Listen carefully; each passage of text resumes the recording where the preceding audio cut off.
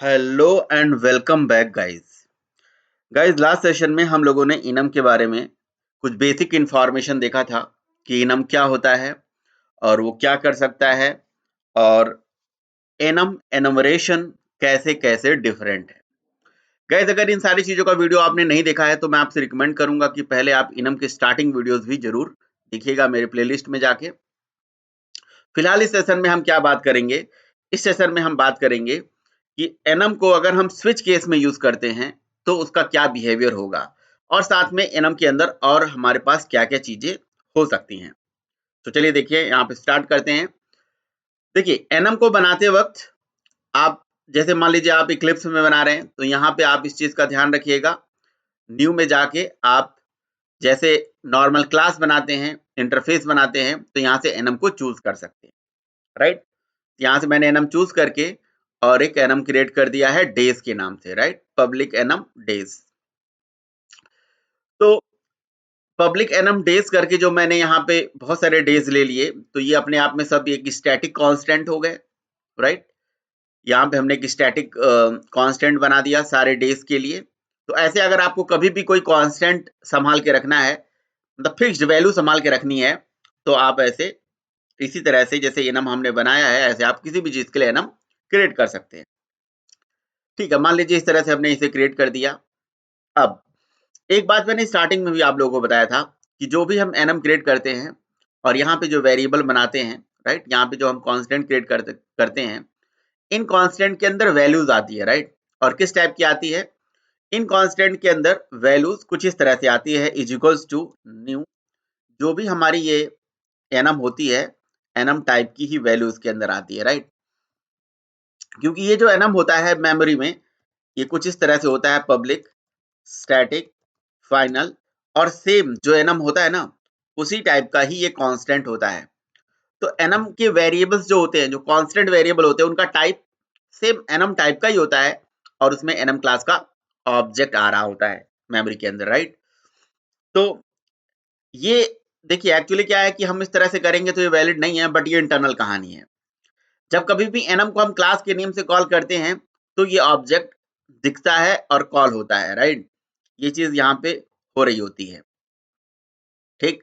देखिए अगर हम यहाँ पे जावा के अंदर एनम की बात करें और बाकी प्रोग्रामिंग के अंदर जो एनम की बात करेंगे, बाकी प्रोग्रामिंग में एनम में उतनी ज्यादा कह सकते हो कि फीचर नहीं थे जितना हमारे यहाँ प्रोग्रामिंग के अंदर इतना सारा फीचर है।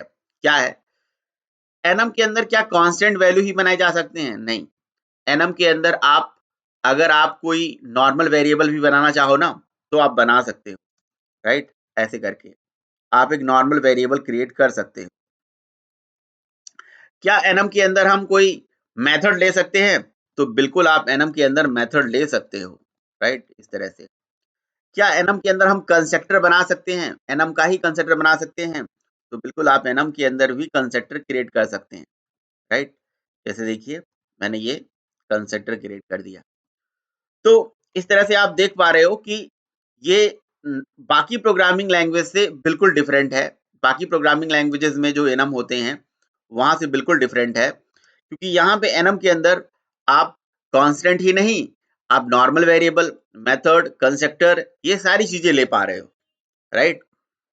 तो आप यहाँ पे ये सोच रहे होगे कि क्या इस पर्टिकुलर इन सारी चीजों का कहीं पे कुछ यूज होता होगा, क्या क्या ये कंस्ट्रक्टर कभी चलते होंगे? तो ये बिल्कुल चलते हैं, है ना, ये मेमोरी में जरूर चलते हैं। क्या ये मेथड कभी कॉल हो सकता है?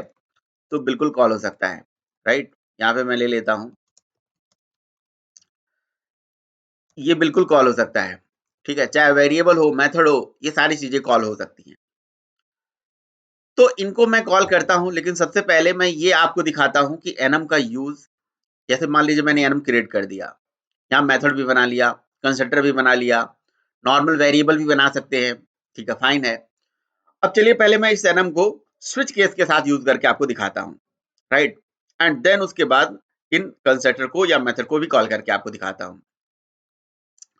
देखिए इसके लिए मैं क्या करूंगा, यहाँ पे देखिए एक सेपरेट क्लास मैंने बना दिया है। इस बार मैंने एनम के लिए अलग से फाइल बना दी है, राइट। यहाँ पे अलग से फाइल बना दिया है। अब ये मेरी टेस्ट नाम की क्लास है। अब चूंकि ये सेम पैकेज के अंदर है, देखिए टेस्ट, और यहाँ पे ये मेरा एनम डेज का है ना, सेम पैकेज के अंदर है तो मुझे कोई इंपोर्ट वगैरह करने की जरूरत नहीं है ऊपर, है ना, पैकेज सेम है। देखिए डेज का एनम जो है इस पैकेज के अंदर है और यहाँ पे भी इसी पैकेज के अंदर है ये। अब अगर मान लीजिए मुझे एनम को स्विच केस में यूज करना है तो मैं क्या कर सकता हूँ? तो देखिए एक्चुअली क्या था ना, जावा 1.4 तक तो ये पॉसिबल नहीं था क्योंकि 5 में तो कंसेप्ट आया था ये। अच्छा 1.4 से 4 तक जो है हमारे स्विच के अंदर केवल प्रिमिटिव टाइप के ही वेरिएबल अलाउ भी हुआ करते थे, राइट। आप स्विच में ओनली प्रिमिटिव वैल्यूज लेके आप केसेस बना पाते थे, राइट। जैसे जैसे 10 हो गया, 10.5 हो गया। लेकिन 1.5 में ही रैपर क्लासेस का कंसेप्ट आया, 1.5 में ही आपके एनम का कंसेप्ट आया।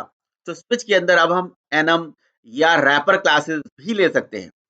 फिर 1.7 में स्ट्रिंग भी यहाँ पे पास कराया जा सकता है। तो स्विच धीरे धीरे बहुत इनहांस करा गया, स्विच में कई सारी चीजें हो सकती हैं फर्दर। देखिए तो अभी मैंने क्या करा, देखिए एनम तो कांस्टेंट होता है, कांस्टेंट वैल्यू को क्लास के नेम से कॉल कर सकते हैं। तो देखिए मैंने यहाँ पे ये डेज हमारी एनम है तो मैंने लिखा डेज, और डेज से हमने क्या कॉल करिया, सीधे संडे, राइट।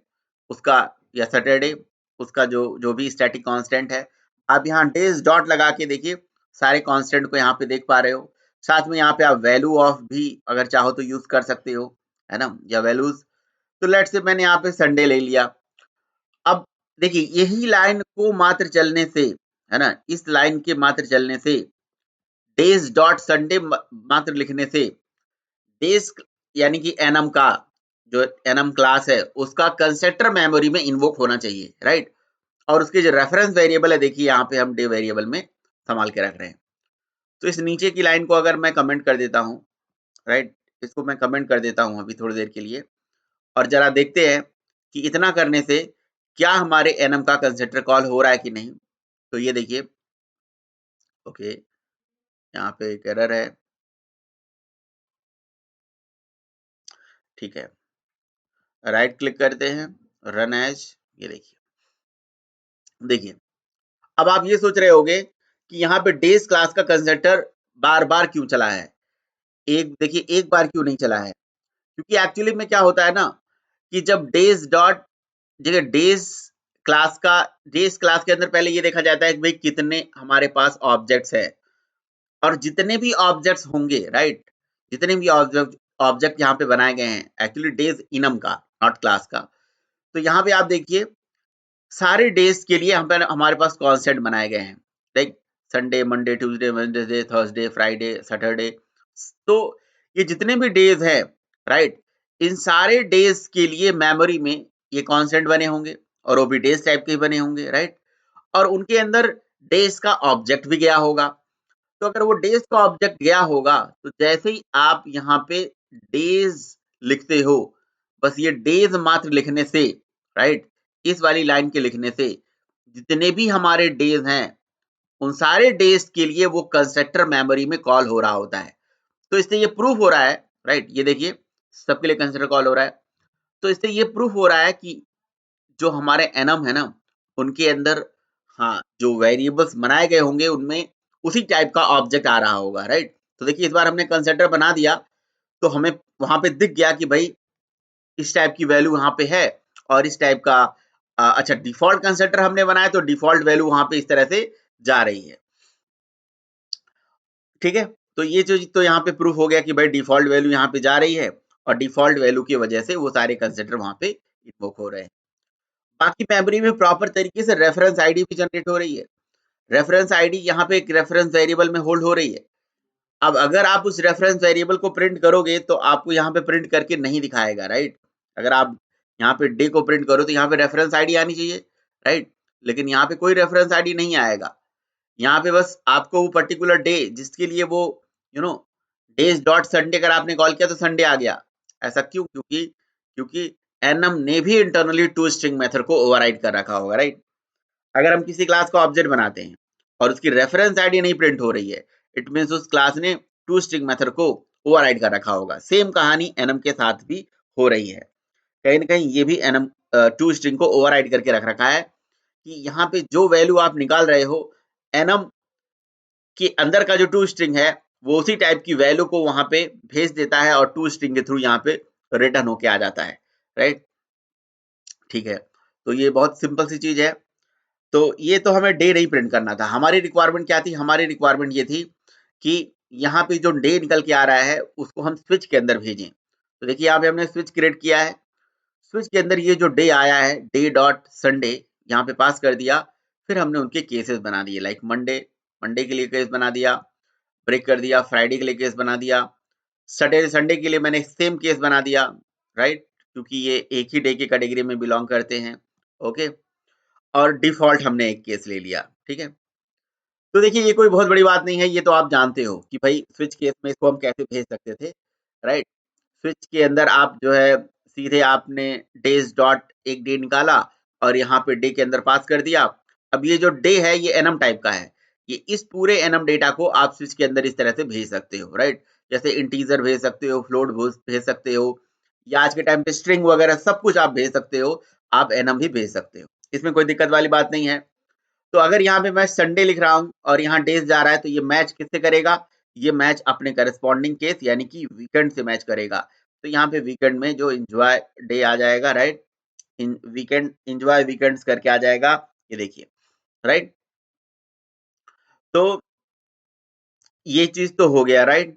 लेकिन यहाँ पे जो मेजर बात है, मेन बात है, जो मुझे आपको समझाना है वो ये है कि जब कभी भी आप एनम बनाइए और अगर आप इसको स्विच केस में यूज कर रहे हो तो यहाँ पे जो केस है ये हमारे हमेशा एक वैलिड एनम वैल्यू होनी चाहिए, राइट?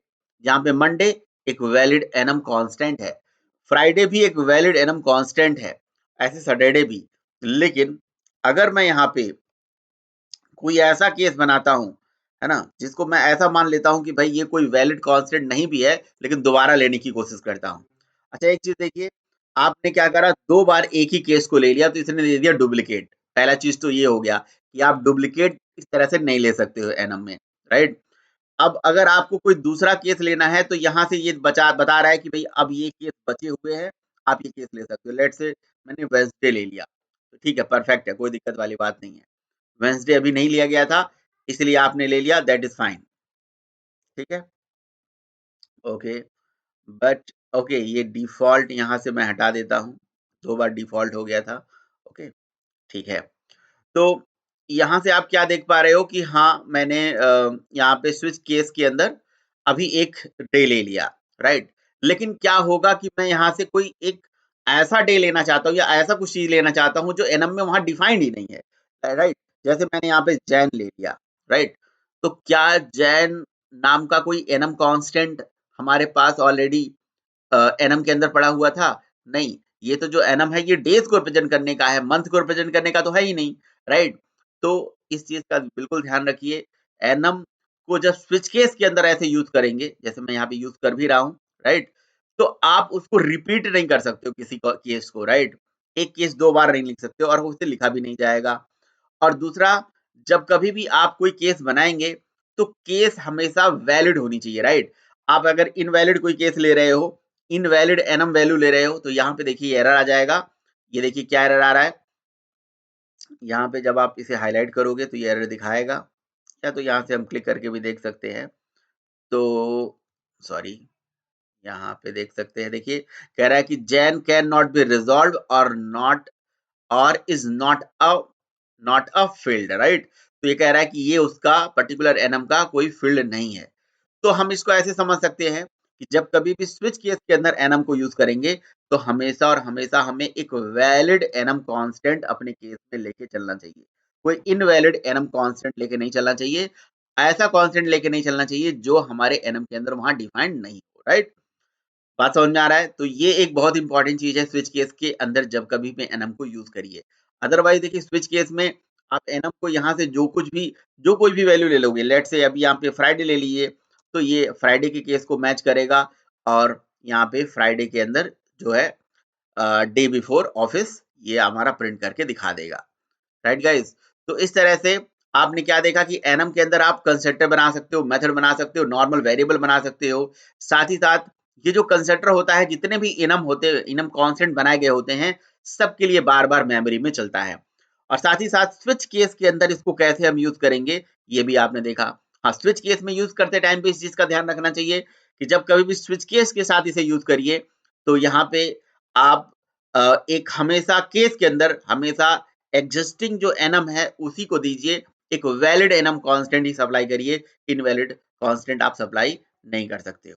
राइट गाइस, चलिए अब हम बात करते हैं एनम के अगले चीज की, वो है कि अगर मान लीजिए कोई एनम यहाँ पे बनाया गया है, राइट, अब इस एनम को मुझे क्या करना है, किसी दूसरे क्लास में यूज करना है। ठीक है, यहाँ पे देखिए ये टेस्ट दूसरा क्लास तो था ही, लेकिन इस बार मैंने क्या किया है कि मैंने एक तीसरी क्लास बनाई है जो तीसरे पैकेज के अंदर है। यहाँ पे देखिए ये मॉडल्स के अंदर है। अब इस बार मैंने क्या करा, ये डेमो क्लास बनाई जो किसी तीसरे पैकेज के अंदर है। तो मुझे बताइए कि अगर मान लीजिए कि ये एनम है, राइट, इसके पैकेज का नाम और इस वाली क्लास के पैकेज का नाम तो सेम था, राइट, दोनों का पैकेज का नाम सेम था, तो आपने इस तरह से एनम यूज कर लिया। लेकिन अगर इस डेमो क्लास में यहाँ पे यूज करना है जिसके पैकेज का नाम बिल्कुल डिफरेंट है, P1 है, यहाँ पे मुझे एनम यूज करना है, तो क्या करोगे, राइट। तो चलिए देखिए, मैं यहाँ पे डेज को कॉल करता हूँ, तो यहाँ पे डेज जैसे कॉल होने जा रहा है, तो जाहिर सी बात है, बहुत मतलब सिंपल सा चीज है कि अगर एक क्लास किसी पैकेज से बिलोंग कर रही है, दूसरी क्लास किसी और पैकेज से बिलोंग कर रही है, तो एक क्लास में दूसरे क्लास को यूज करने के लिए आपको उसके पैकेज को इंपोर्ट करना पड़ेगा, अटैच करना पड़ेगा, राइट। या तो आप इसे इंपोर्ट कर लीजिए इस तरह से। अगर आप इंपोर्ट नहीं करना चाह रहे हैं तो आप क्या कर सकते हैं, यहाँ पे आप फुल्ली क्वालिफाइड नेम पास कर दीजिए, then you will be able to use the enum, right. तो आप सोच रहे होगे ये कौन सा नया चीज मैं आपको बता रहा हूँ, यहाँ पे ऐसे आप यूज कर सकते हो। ये कोई नया चीज तो है नहीं, ठीक है, ये बहुत बेसिक सी चीज है, ये तो हमें आता है। हम तो इंपोर्ट करेंगे बिल्कुल, और इंपोर्ट करके एनम की जो भी वैल्यूज होंगी उनको कॉल कराएंगे, राइट। जैसे यहाँ पे देखिए system dot out dot println के अंदर मैंने लिख दिया डेज एंड डॉट, जो भी हमारे पास डे प्रिंट करना है, लेट से हमने लिख दिया फ्राइडे। तो एक एक क्लास अगर या एनम क्लास अगर किसी दूसरे पैकेज से बिलोंग कर रही है और एनम क्लास को हम किसी तीसरे पैकेज में कॉल कर रहे हैं, तो पैकेज को हमें इस तरह से इंपोर्ट करना पड़ता है, और इंपोर्ट करने के बाद हम पर्टिकुलर एनम को इस तरह से यूज कर पाते हैं। देखिए ये बहुत सिंपल सी बात है, मुझे ये नहीं बताना है, मुझे आपको ये बताना है कि क्या हम बिना इंपोर्ट करे यूज कर सकते हैं। तो जरा सोचिए, बिल्कुल कर सकते हैं। आप फुल्ली क्वालिफाइड नाम यहीं पे बता दीजिए, तो आप बिना इंपोर्ट करे यूज कर सकते हैं, कोई दिक्कत नहीं है। आप इसको इंपोर्ट मत करिए, इंपोर्ट ना करके आप यहाँ पे फुल्ली क्वालिफाइड नेम बता दीजिए, ऐसे करके तब भी आप यूज कर सकते हैं, कोई दिक्कत वाली बात नहीं है। इंपोर्ट हटा दीजिए, right, it will work, not an issue. देखिए यहाँ पे ये काम करेगा, ठीक है। लेकिन मैं आपसे ये पूछता हूं, अगर मैं इंपोर्ट भी नहीं करना चाह रहा हूं और फुल्ली क्वालिफाइड नेम भी नहीं देना चाह रहा हूं, तो क्या पॉसिबल है? ऐसा कोई सिनेरियो बनता है क्या? यस, ऐसा एक सिनेरियो बनता है। जावा के अंदर एक कंसेप्ट होता है स्टैटिक इंपोर्ट का। स्टैटिक इंपोर्ट आपने पढ़ा होगा, ठीक है, अगर नहीं पढ़ा है तो मैं उसे बता देता हूं। जैसे देखिए नॉर्मल इंपोर्ट और स्टैटिक इंपोर्ट में क्या फर्क होता है। देखिए एक इंपोर्ट होता है, इंपोर्ट स्टेटमेंट में क्या होता है कि आप जैसे मान लीजिए ये एनम है, आप इस एनम को यूज करना चाह रहे हो, तो ये जिस पैकेज से बिलोंग कर रहा है उसको आपने इंपोर्ट कर लिया। तो जब आप नॉर्मल इंपोर्ट करते हो तो उस पर्टिकुलर इंपोर्ट स्टेटमेंट के थ्रू उसके जो डेटा वगैरह मेथड वगैरह हैं सब आप वहां पे कॉल कर पा रहे हो, right, by association by inheritance जो भी आप अप्रोच यूज करिए, राइट। ऐसा नहीं कि केवल इंपोर्ट से कर ले रहे हो, है ना, इंपोर्ट से ही रियूजेबिलिटी नहीं होती है। कई लोग तो ये भी कंफ्यूज रहते हैं कि इंपोर्ट करने से एक क्लास की चीज दूसरे क्लास में आ जाती है, नहीं, इंपोर्ट से आप एक क्लास को दूसरे क्लास में लिंक कर पाते हो। यूज करने के लिए तो आपको इनहेरिटेंस करना पड़ेगा, या तो उसका ऑब्जेक्ट बनाना पड़ेगा, या तो स्टैटिक वेरिएबल है तो क्लास के नेम से कॉल करना पड़ेगा, राइट। ऐसा होता है। ऐसा नहीं कि आप बिना बिना बिना इनहेरिट करे बिना ऑब्जेक्ट बनाए केवल इंपोर्ट से ही काम कर लोगे। ओके, तो लेकिन जावा 1.5 में एक नया नियम आया इंपोर्ट का, है ना। वो नियम क्या है कि इंपोर्ट आप स्टैटिक भी कर सकते हो, तो स्टैटिक इंपोर्ट जिसको बोलते हैं। तो स्टैटिक इंपोर्ट क्या क्या मतलब होता है? स्टैटिक इंपोर्ट का मतलब अगर किसी क्लास के स्टैटिक वेरिएबल को आप किसी दूसरे क्लास में या दूसरे पैकेज में कॉल करना चाहते हैं, तो आप स्टैटिकली इंपोर्ट कर सकते हैं। जैसे एग्जांपल के तौर पे सिस्टम क्लास का या आउट वेरिएबल स्टैटिक वेरिएबल है। अब आप चाहते हो कि आप सिस्टम क्लास का नाम यहाँ लिखने की जरूरत ना पड़े, आप सीधे उसे कॉल कर लीजिए। तो आप यहाँ पे क्या कर सकते हो, आप यहाँ पे लिख सकते हो इंपोर्ट, राइट, और उसके बाद इंपोर्ट के बाद यहाँ पे लिख दीजिए स्टैटिक, फिर लिख दीजिए जावा डॉट लैंग डॉट और उसके बाद लिख दीजिए सिस्टम।